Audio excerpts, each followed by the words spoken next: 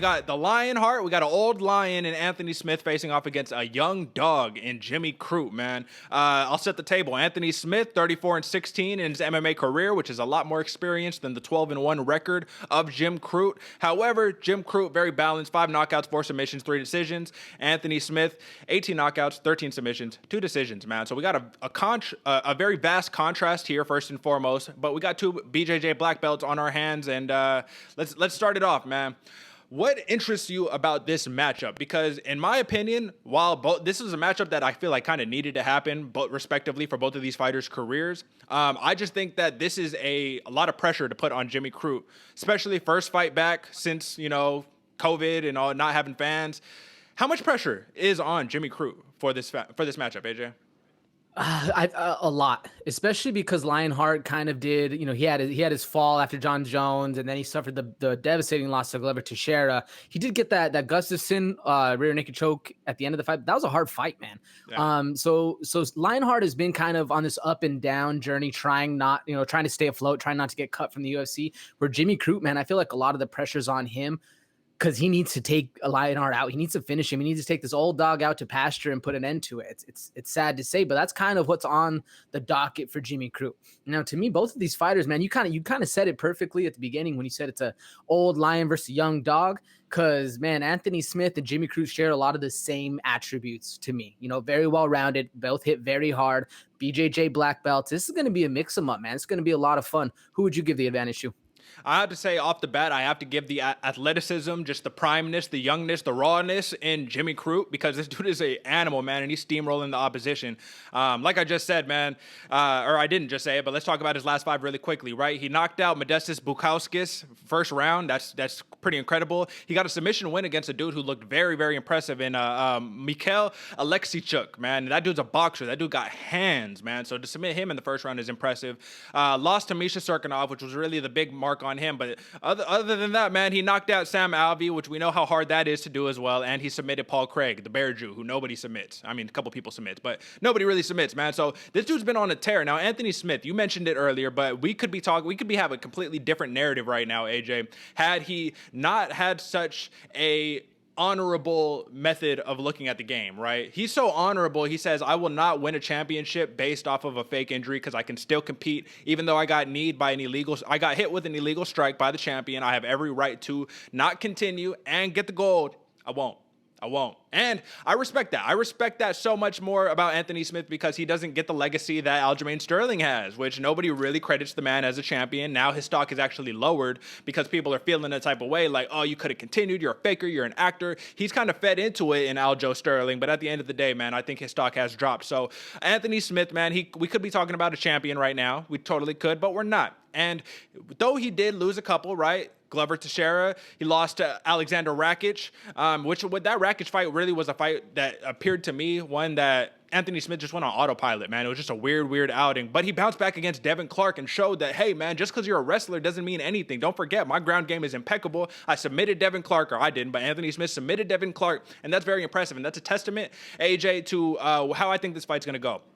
So I don't think that Anthony Smith will enjoy the luxury of the advantage on the ground like he does against most of his opponents. I don't believe that. However, one thing that I do believe is that Anthony Smith, he is, like I just mentioned, the record 34-16, 9-6 in the UFC, right? Did you know that for Jimmy Crute, 9 of his 13 fights took place in Australia? 9 of them, right? He's only had 4 fights outside of Australia, right? I don't even think all of them were in America. Yes, he is a former Hex Series light heavyweight champion because that's the league that he fought in prior, but the big show experience is so vastly different. And this is something that I'm going to hit on too when we talk about Weili Zhang versus Rose Namajunas. But nonetheless, Anthony Smith is a 5-time Performance of the Night winner and a 1-time Fight of the Night winner, man. You can't sit here and bet against the experience of Anthony Smith, so I think that he's going to be crafty enough to kind of just say, hey, man, I'm the old chisel vet. You're the rookie in the game, man. There's still a couple tricks up my sleeve that you don't know. So for that reason, I think that the ground game will be nullified, but the striking is where we got to watch out for, especially in the clinch. Now, you tell me, man, I think the clinch is going to be very important in this fight, and it's going to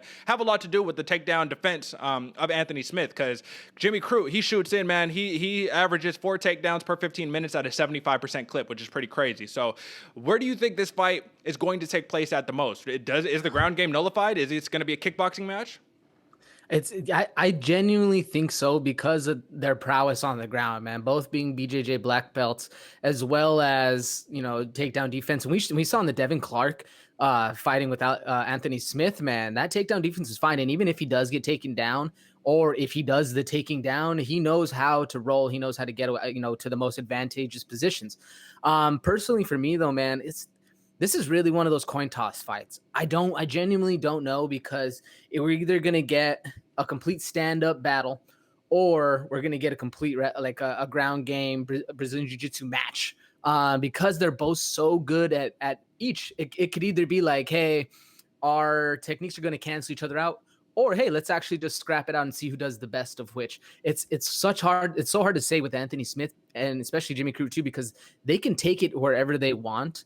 So genuinely, Derek, I'm more often than not saying like, oh yeah, this will for sure do this. This one's a hard one, man. Personally, I would like to see the up and down. I'd like to see the battle back and forth. I think it's going to get canceled out, and I kind of think they're going to end up on the ground, personally. That's interesting, right? Because I think that Anthony Smith, I know he enjoys 2 inches in height and 2 inches in reach in terms of an advantage against Jimmy Crute. So I think that this is going to be one of those fights where Anthony Smith, being the veteran that he is, knows how to squeak out wins, right? Jimmy Crute, you look at his last 5, all 5 of his last 5 fights have been finishes, whether it was win or lose. So when you see a dude who you hit a man with all of your strength, all of your muster, and he doesn't go down, that demoralizes you, right? And I don't think Jimmy Crute has enough experience to kind of understand that yet. Like I said, he was a regional champion, but the UFC is a different game. And Anthony Smith, this is one of these fights where I think the UFC is starting to say, okay, Anthony, I know you had some mental stuff going on, right? We do have to talk about, he did have his house, broken into. Dude had to have a standoff against like a dude on meth or some crazy shit.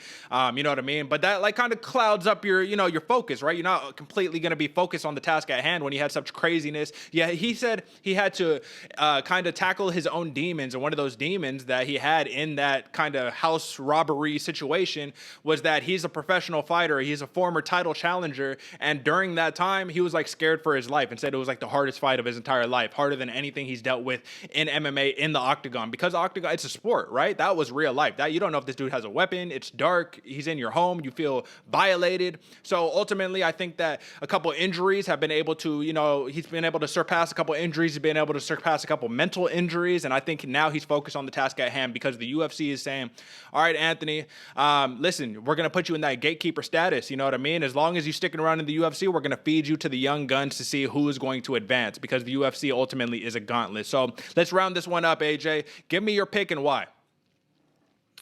Oh, man, this one's a coin toss to me, Derek. I'm a big fan of both of these fighters. I think Jimmy Crute is a grinder. I think he's going to work really hard, and I definitely think Anthony Smith is going to lean on the experience. He has to. But personally, for me, I'm going Jimmy Crute with a KO round 3, super late in the fight. I think it's going to be up and down and a battle back and forth. Potentially, I'll save that for later.